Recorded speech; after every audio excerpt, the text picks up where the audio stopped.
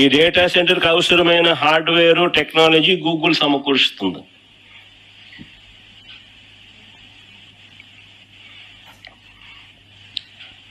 నిజంగా ఇలాంటి డేటా సెంటర్ను మన దేశానికి చెందిన అదానీ లాంటి గొప్ప కంపెనీ కడుతుందని గొప్పగా గర్వంగా చెప్పుకోవాల్సింది పోయి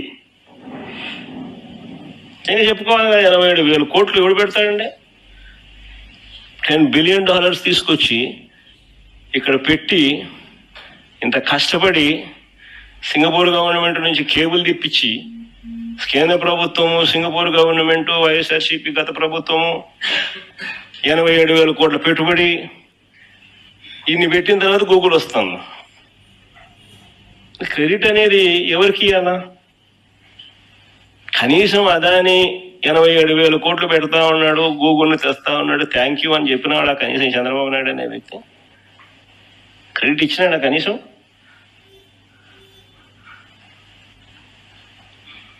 ఎందుకు భయపడుతున్నాడు క్రెడిట్ ఇవ్వడానికి? ఆ పేర్లని చెప్పడం మొదలు పెట్టేసరికి ఇది బ్యాక్గ్రౌండ్ లేకపోతుంది. ఓహో, వైసీపీ ప్రభుత్వంలోనే 300 మెగావాట్లకు సంబంధించి అప్పుడే బీజం పడింది, అప్పుడే గూగుల్కు అదానికి ఉన్న రిలేషన్షిప్ అప్పటి నుంచే ఉన్నది, అప్పుడే జగన్ ప్రభుత్వం, వైసీపీ ప్రభుత్వం సింగపూర్ గవర్నమెంట్కి లేఖ రాసింది, అప్పుడే కేంద్ర ప్రభుత్వం ఇన్వాల్వ్ అయ్యి